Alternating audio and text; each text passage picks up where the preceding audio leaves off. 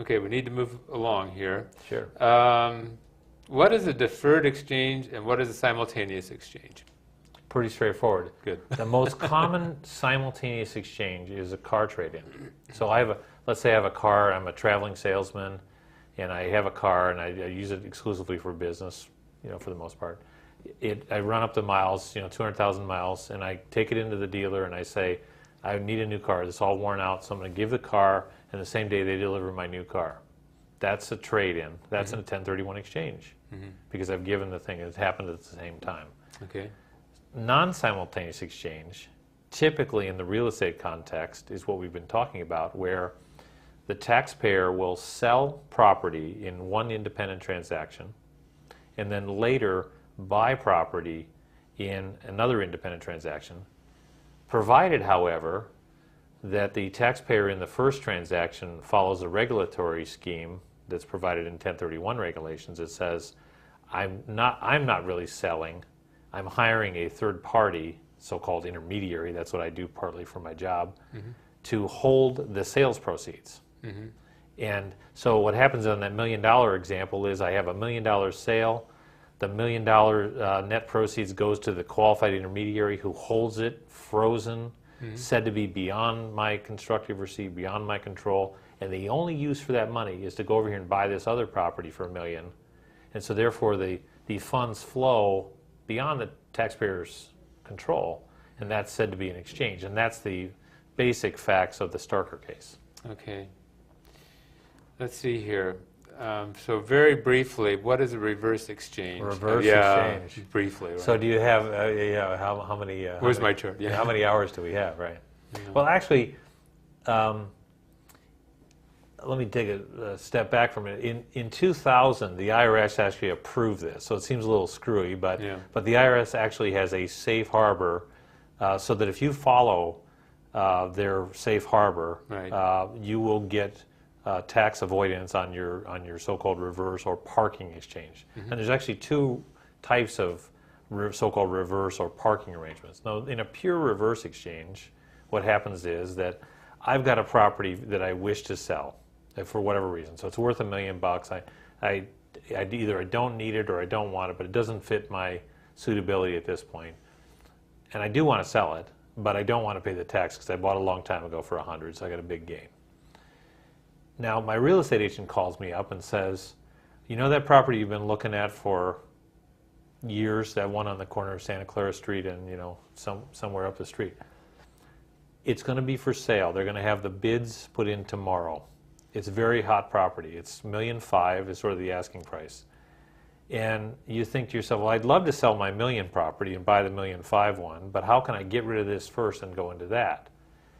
You can go buy the $1.5 million, provided you can pay, of course. You can go buy that and park it with the intermediary, with what's called the title holder, accommodation title holder.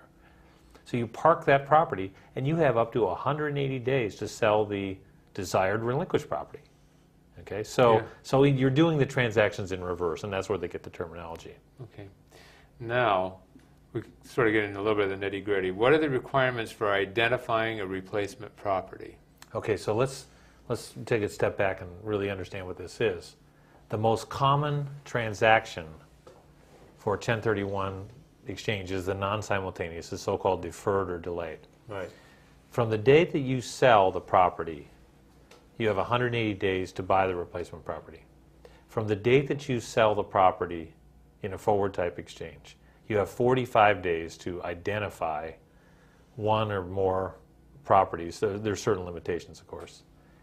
And the properties that you identify are intended to be replacements for the property you gave up. So today is June 15th. 45 days from today is July 30th. So on or before July 30th, if I close today, today's day 0, 45 days, July 30th, if I'm the taxpayer, I have to identify in writing up to three, generally, alternative properties by writing a letter to my qualified intermediary.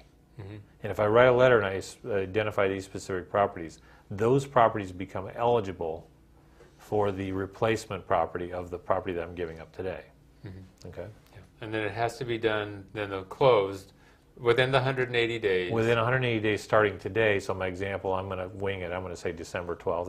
It's not 6 months. Yeah. It's 180 days. Right. And then the other thing related to this is sometimes we have to deal with tax return due dates. Correct. So it's the earlier the 180 days or the tax return due date. So you may need to file an extension. Right. For calendar year taxpayers that start their exchange after October 15th, and they wish to have the full 180 days, they're going to need an extension on their Form 1040. Okay. So you talked about it a little bit already, but what is the role of the qualified intermediary? Qualified intermediary is described by the regulations. It's the so-called accommodator or straw man. So what happens conceptually in a transaction, in a sale of a relinquished property, if the taxpayer sells the property and controls the money, there will be a taxable event. So the regulations are designed to allow a taxpayer to hire this so-called qualified intermediary to hold the sales proceeds, and if that occurs in the right way called out by the regs, then you have a gain avoided, you have a non-taxable event, provided, however, the intermediary uses that money to buy the replacement property on the other side. Okay. So we're getting pretty close to being out of time here.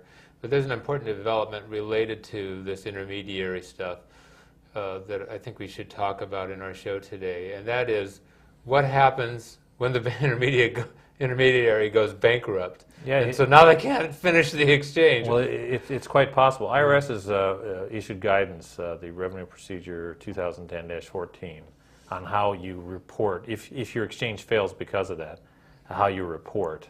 So that's the good news, is there is a reporting mechanism and so forth. It doesn't really differ from what we thought before. But if they go out of business, you really lost the money.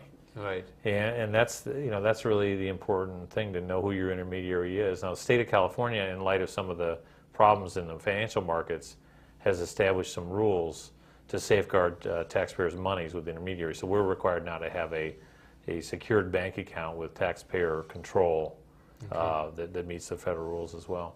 Okay. But the bottom line is that you don't have to report income on the cash that you didn't receive. Well, that's not necessarily true, and because we have only a few minutes here left, it's going to be very difficult. Yeah. Okay. So I think that we should reserve that for the taxpayers. Prepare. So see your advisor. There is some help there, though. That or a lot of people. If anybody wants to contact me, I can sort of walk them through it, whatever. Okay. So we only have about a minute left, so maybe there's a final word of wisdom that you'd like to throw out. Basically, anybody thinking about doing an exchange, I always say, where are you going? So many times people come to me and they say, well, we're closing a deal today and we want to do an exchange. And I say, well, have you thought about what you're doing? No, we're going to go shopping for a property next. 45 days is a very limited time. And a lot of people run out of time, and then they end up buying they buy a bad property to save taxes, but they really make an economic mistake. So I say, know what you're going to do ahead of time before you actually enter into it. I had a real estate investor friend. He always used to say, know what you're going to buy first before you sell your property. Amen. Okay. We're all out of time. So, Scott, I want to thank you again for being with me for this show. And folks, be careful out there with this deferred exchange. Get some advice. But it can be helpful because you can have a big tax bill when you sell these things. And I hope we'll see you next time on Financial Insider Weekly.